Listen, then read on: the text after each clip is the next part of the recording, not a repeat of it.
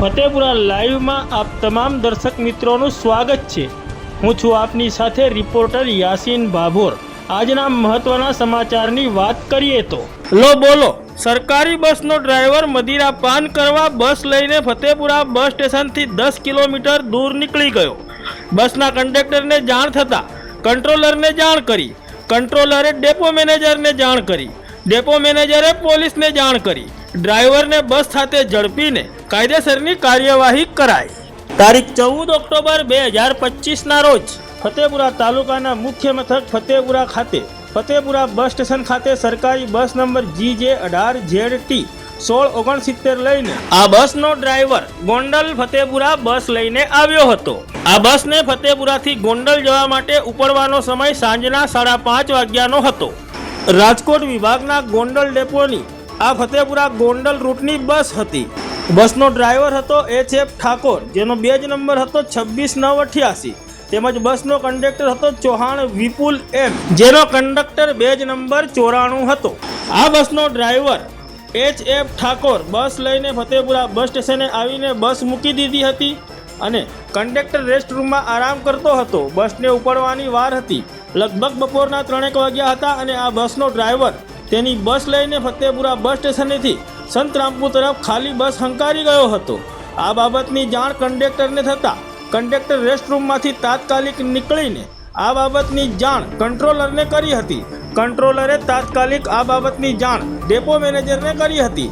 Depot મેનેજરે તાત્કાલિક આ બાબતની જાણ ફતેપુરા પોલીસ અને સંતરામપુર ડેપોને કરી હતી, જેથી સંતરામપુર ડેપોમાંથી એક ગાડી આ બસને ખોલવા માટે સંતરામપુર વાયા ઉખરેલી થઈને ફતેપુરા આવવા નીકળી હતી અને ફતેપુરાથી પણ આ ગાડીને શોધવા માટેની તજવીજ હાથ ધરાઈ હતી। ત્યારે આ ગાડી ફતેપુરાથી 10 કિલોમીટર દૂર બટકવાડા ગામ નજીકથી મળી આવી હતી અને તેનો ડ્રાઈવર નશામાં હોવાનું માલુમ પડ્યું હતું।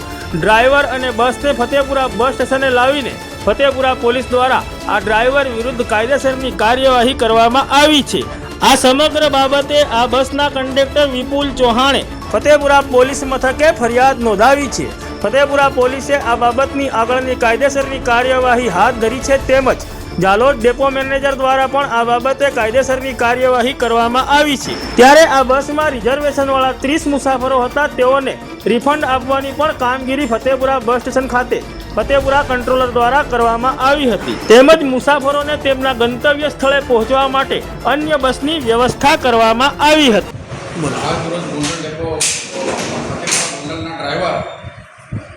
બેજ નંબર 26988 કેપી ગુનાનો પદાર્થનું સેવન કરેલાનું કરવા માટે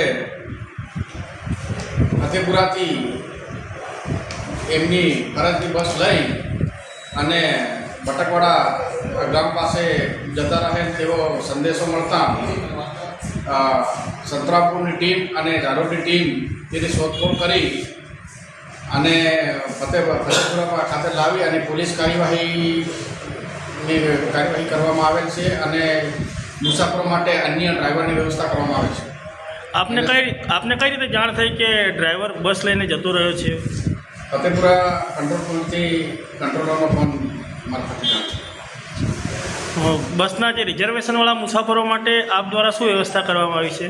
મુસાફરોને અમે રિફંડ આપવાની કાર્યવાહી કરી દેવામાં આવેલ છે અને અન્ય ડ્રાઈવર પણ વ્યવસ્થા કરવામાં આવેલ છે અને મુસાફરોનો અહીંથી ગોંડલ સુધી વ્યવસ્થા પણ અમે 15-20 મિનિટમાં કરી દઈશું। કુલ કેટલા મુસાફરોનું બુકિંગ હતું? 29 મુસાફરોનું બુકિંગ હતું। બુકિંગ વગરના કેટલા મુસાફરો હતા? બુકિંગ વગરના ડેપો ખાતે મુસાફરો હતા।